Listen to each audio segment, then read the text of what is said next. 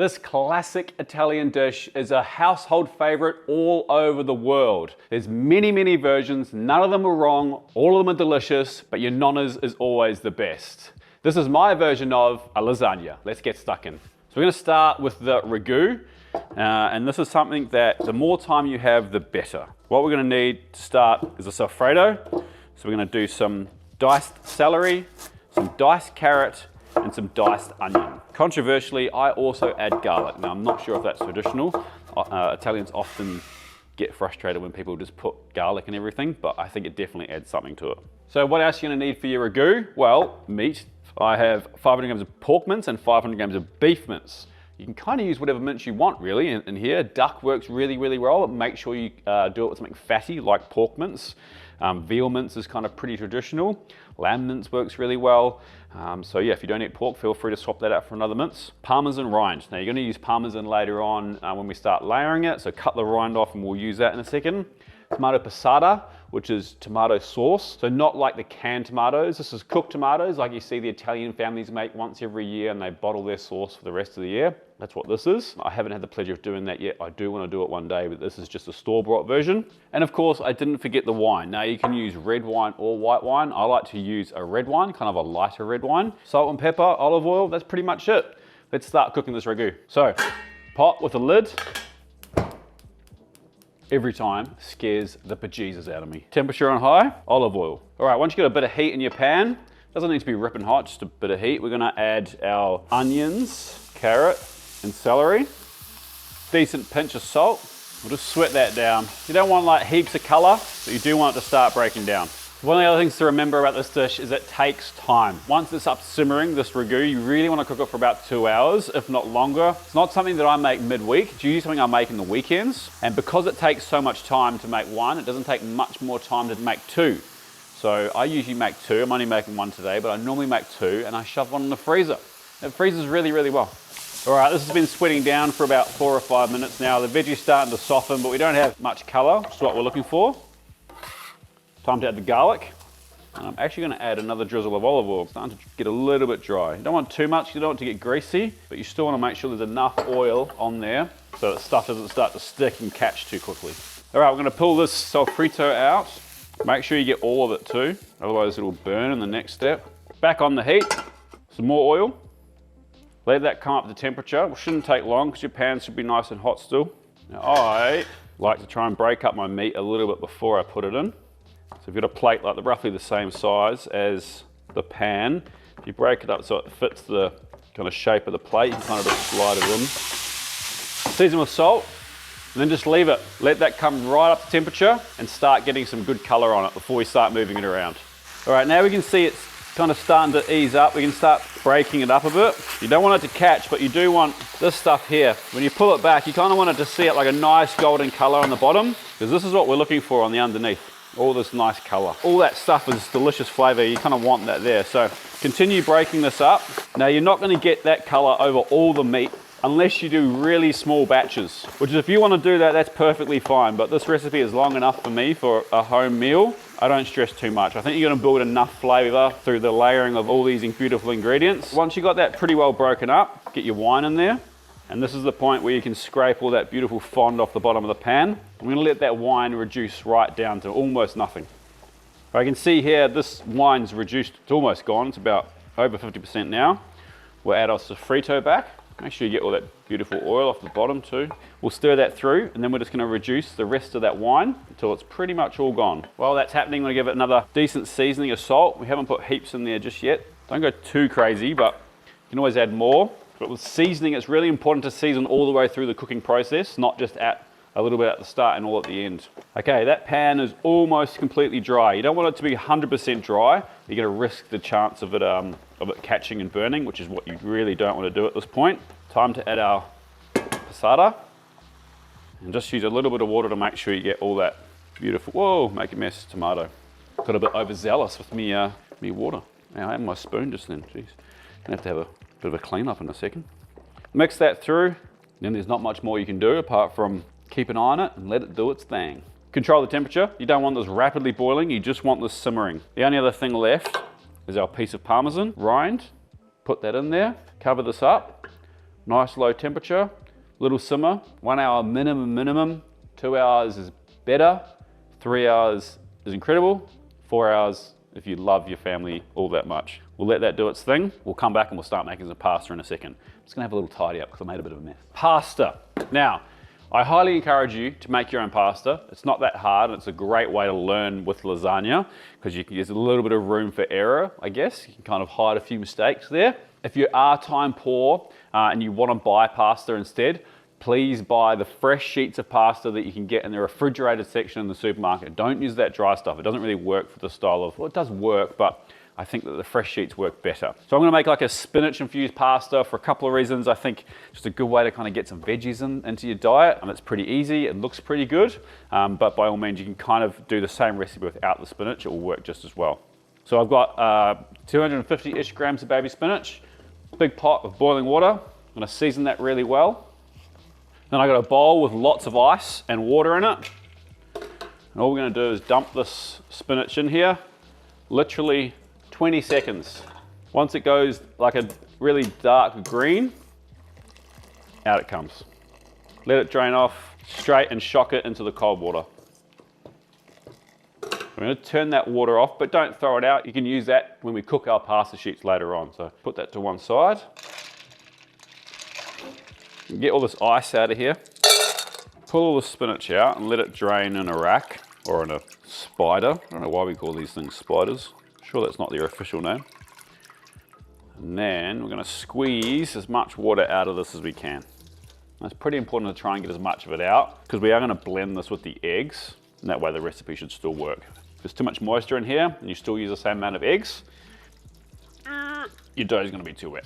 All right, break that up into the bowl. And then I like to blend this, but if you don't have a blender, don't stress. Just chop this really fine with your knife and mix it through. It'll work just the same. This is just kind of I guess a bit of a chefy restaurant thing to do. Actually, if you chop it with a knife too, it saves an extra dish. So the spinach, and then we're gonna put our eggs in here.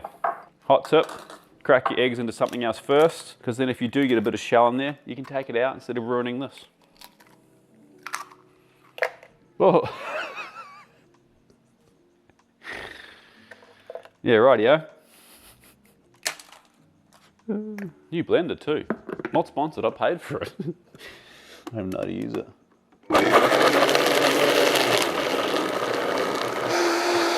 Unbiased review, can confirm, works well. The other good thing about this pasta is that you don't need any fancy equipment apart from a rolling pin, as I just use a blender. Okay, flour down, then our egg spinach in the center. Oh, how good does that look? So that's the difference between using a blender and hand cutting it, is you're just gonna get like a more vibrant green from the blender. I was gonna say something that's probably not true. I'll say it anyway, don't quote me, because I have no idea what I'm talking about. I'm guessing it breaks the cells down in a molecular... Ignore me, I have no idea why it gets really green. Someone will let me know in the comments. I mean, I know how to cook, I don't know anything about science. Thank you to everyone who let me know why the vodka works in the crispy batter. Because the alcohol evaporates quicker than water, so it makes it crispier. Huh, genius. Heston, you're a genius. Fork, start working your flour in. Pinch of salt. Once it's kind of not gonna run everywhere, I like to use a dough cutter. Start kind of chopping it in. Just be patient. Sometimes it does feel like, oh, it's never going to absorb all that flour. The flour doesn't take on the hydration super quickly, so just be patient. If you do need to add a little bit of more water, then there's no issue with that. And if anything, this dough feels like it's going to need a generous dusting on the board for it to not to stick, but that's okay. It's hard to describe kind of the texture, but if that's happening, right, pretty quickly on, that's sticking to my hand, it feels like that's probably a little bit wetter, and that's because of the moisture in the spinach.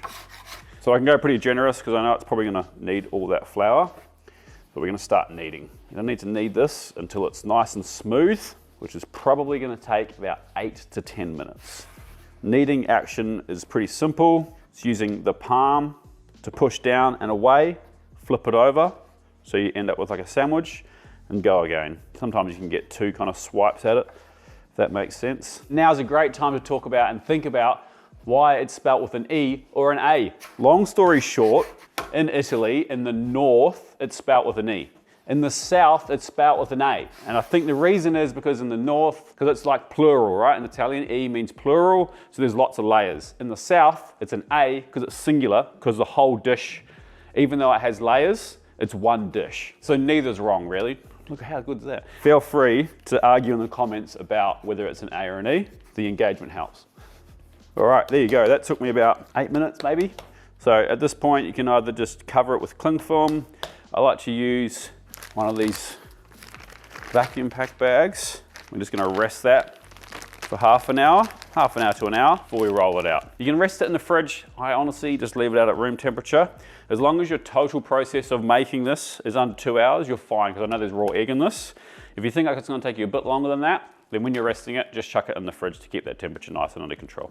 So our pasta's been resting. It's actually rested for about 40 minutes now. You can rest as long as you want, really. If you're gonna have it, like I say, don't leave it out all the time, but if you're gonna rest it for longer, 2 hours, 24 hours, leave it in the fridge. If you do rest it for more than sort of 3 hours or something, and that core temperature is right down cold, you're gonna let it come out and kind of come up to room temperature before you start rolling out, or you're gonna be in all sorts of trouble. The other thing I got is my dish. So this is a 23 by 30 centimeter dish. I also have some flour and some semolina mix here, 50-50. And that just helps with us rolling it out. Pasta out, dust it well. We're gonna do what's called a lamination first before we really start rolling it out. And don't be afraid with the flour, because we don't want this to stick anywhere. Now I have a really big rolling pin here. You can do without, you can do with a normal one. It just makes it a bit harder. So the first lamination, we're just gonna roll it out. Sorry about the noise. And trying to keep it kind of the same shape. Dust any of that excess off. And we're gonna fold it like an envelope. So over and over. Roll again. We're gonna laminate that once more, and then we'll start rolling it out. So if you do have a pasta roller, feel free to use that. The reason why I like this method, if you got a pasta roller, like one of the small ones, one of these ones, you can only make sheets that wide, right? Oh, there's a bit of old pasta there. Important you don't wash these too. Stuff gets stuck inside. They don't dry, they rust. Anyway, you can only get them that wide, all right? Which is fine if you're making tagliatelle, fettuccine, blah, blah, blah, blah, blah. For lasagna, I like to do single sheets. Makes it way easier when we're assembling it. Enough gas bagging, Andrew. A lot to say today, don't I, Mitchell? Okay, we're on to the rolling parts. It's pretty simple. Start rolling, even pressure. Try and keep an even shape. When it starts sticking to your board like that, a little bit more flour over the top. So roll once, twice, 3 times. Turn your dough. Once, twice, 3 times, move your dough. Flip it over every now and then. All right, so we're now at the point where we've pretty much filled the board, and I have a big board here. Take the sheet, I'm gonna dust it really well with flour and semolina, and you can kind of adjust this. You can feel how sticky it is, how quickly it's absorbing this stuff as to how much you have to dust it. Then what we're gonna do is we're gonna start stretching it over the pin. So roll it over your pin, tuck it under nice and tight, hold the end and stretch it over. So that's why we need so much flour, because if it starts sticks to each other, you're never gonna get it off the pin. Get it to the end, and then some pressure down, bring it back and push. Bring it back, make sure it doesn't flip over, and push. And you'll see it starts to get way looser, and that's because it's rolling out. So we'll pull that out, flip it over, make sure we've got plenty of flour, and we'll do the same on this side. Now you can see there's like Italian nonnas online that can get this stuff so thin, it's so incredibly impressive. They've been doing it a bit longer than I have. So we're not making tagliatelle, we're making lasagna sheets here, so they don't need to be paper thin, but you do want them relatively thin. I'm pretty happy. I just want to make sure, I would like 5 or 6 ideally layers of pasta. So if we go, yeah, that's 60, and that's 70, 20, 60. Oh yeah, we should get that right. What's 23 times 3? 69. 69. No, it's not. Oh, it is. 23 down 369. All right, we're bang on.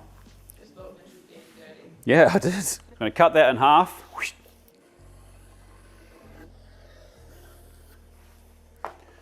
We have our 6 layers of pasta. All right, it's time to cook these. All right, we've got boiling salted water. In they go. Just do 1 sheet at a time.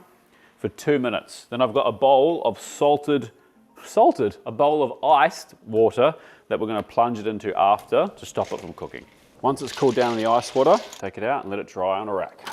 Just use a clean tea towel between them. Really important that these stay nice and dry.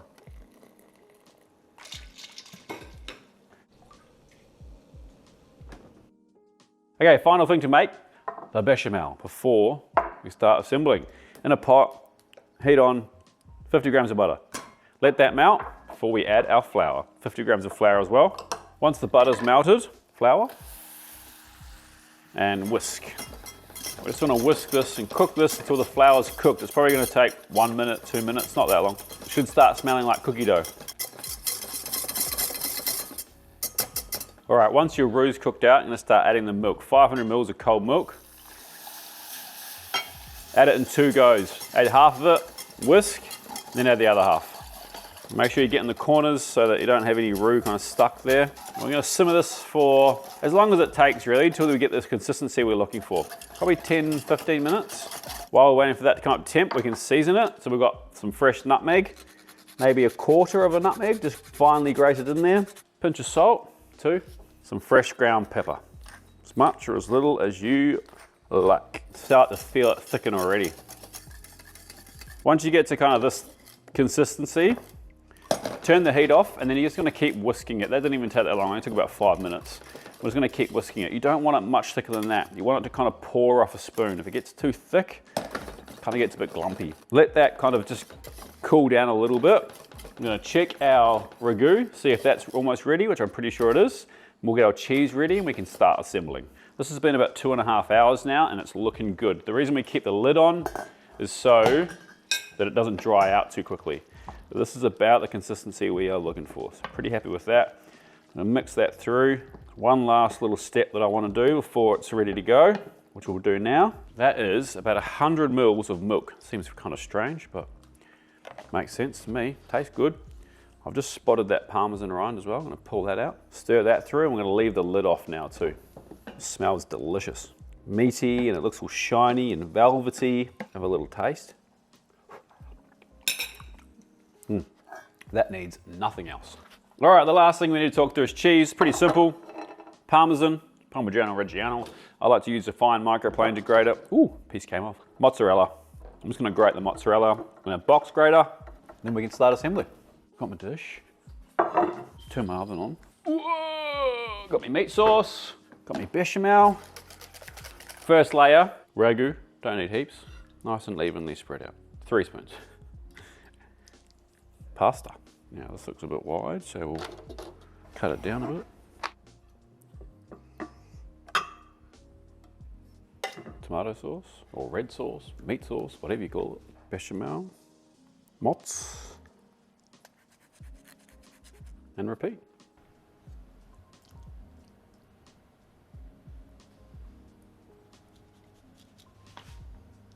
So the last layer, we're gonna do pasta, and then we're gonna do just straight passata, straight tomato sauce. And at the moment, we're not gonna put any cheese on it either. Just loosely cover that in foil. The oven's on 180 degrees. I'm gonna bake that for half an hour. I'm gonna pull it out and we'll finish her off. Let's have a look. It's not finished, don't forget that. Just be careful, you don't really want it to stick like it is. So to finish, we're gonna take a leaf out of Camilla's book. If you don't know who Camilla is, she's a fictional character from my favorite TV show of all time, Sopranos. Put a layer of basil leaves. That's Camilla's lasagna. Rest of the cheese. Back to the oven for 15 minutes before we turn it to grill or broil if you're in the US, just to get that nice golden top. And there it is. All right, I suppose we better cut some lasagna. Look at those layers. Now the truth is that you should really let a lasagna sit for like half an hour, and they're actually better the next day reheated. They kind of keep their shape a bit better, but I guarantee you, they taste the same.